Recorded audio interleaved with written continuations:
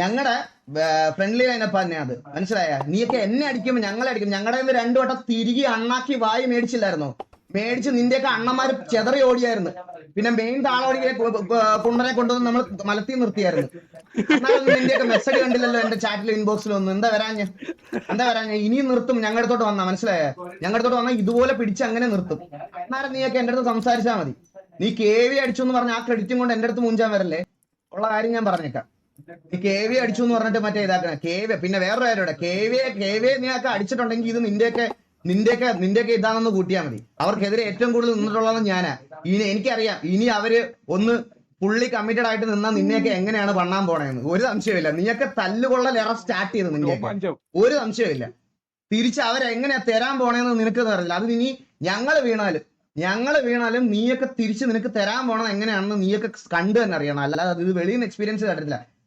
നീയൊക്കെ ഒന്ന് മനസ്സിലാക്കണം എന്ന് പറഞ്ഞാൽ അവിടുത്തെ 2-3 പേർക്ക് മനസ്സിലായാൽ മതിയേ. അത് ഈ പറയണത് പോലെ മറ്റേ ലീഡർ അങ്ങനത്തെ ചെറിയ ആൾക്കാർക്ക് മാത്രം മനസ്സിലായത്. ബാക്കി തല്ലുകൾക്കെല്ലാം വർഷങ്ങളായിട്ട് അറിയാം.